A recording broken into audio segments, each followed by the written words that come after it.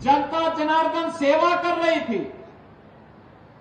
अलग विषय है कि कमाई पंडित रत्नाकर मिश्रा जी की भी हो रही थी। जब मैं आया मैंने कहा पंडित जी इस बार अभी आप गुफा में नहीं गए। उन्होंने कहा जब कमाई का समय आ रहा तब आप गुफा में कैसे भेज देंगे मुझे अभी। आस्था भी आर्थिकी का और आजीविका का आधार बन सकती है। यह महाकुंभ ने इसका मार्ग प्रशस्त किया। और बहनों और भाइयों,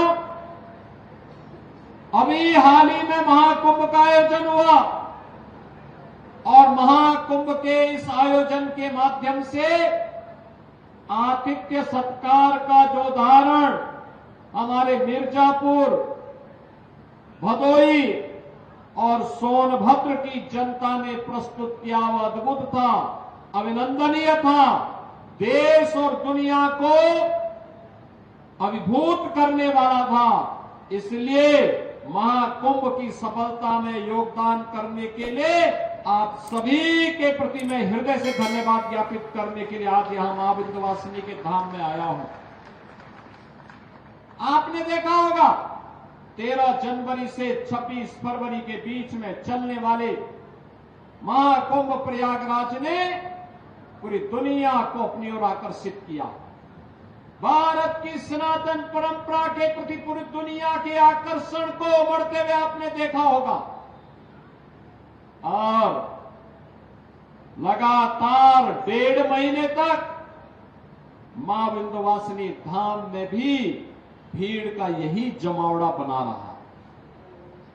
जनता जनार्दन सेवा कर रही थी। अलग विषय है कि कमाई पंडित रत्नाकर मिश्रा जी की भी हो रही थी।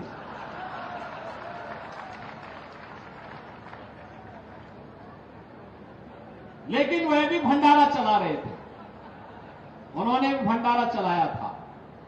और इसीलिए जब मैं आया मैंने कहा पंडित जी इस बार अभी आप गुफा में नहीं गए।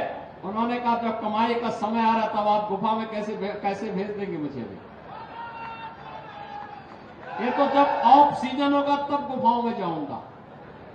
लेकिन बहनों और भाइयों, आस्था भी आर्थिकी का और आजीविका का आधार बन सकती है। यह महाकुंभ ने इसका मार्ग प्रशस्त किया और मैं आपको बधाई देता हूं। मां विंध्यवासिनी का ये कॉरिडोर विकसित होने के बाद लाखों लाख श्रद्धालु आ रहा है और श्रद्धा भाव के साथ दर्शन करके आप सबके प्रति धन्यवाद ज्ञापित करते हुए यहां मिर्जापुर की धरती से जाता है।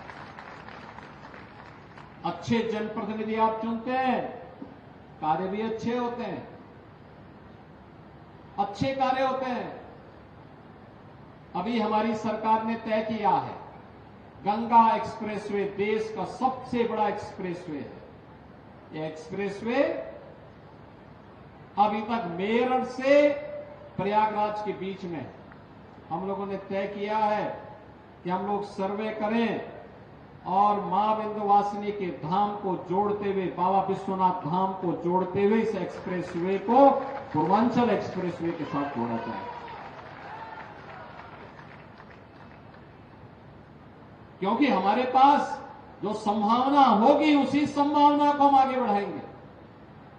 एक्सप्रेसवे अर्थव्यवस्था की रीढ़ होती है। इंफ्रास्ट्रक्चर जितना मजबूत होगा, कनेक्टिविटी जितनी बेहतर होगी, विकास और अर्थव्यवस्था के लिए आगे बढ़ने की उतनी अच्छी संभावना होगी। वीके न्यूज, राष्ट्र के नाम।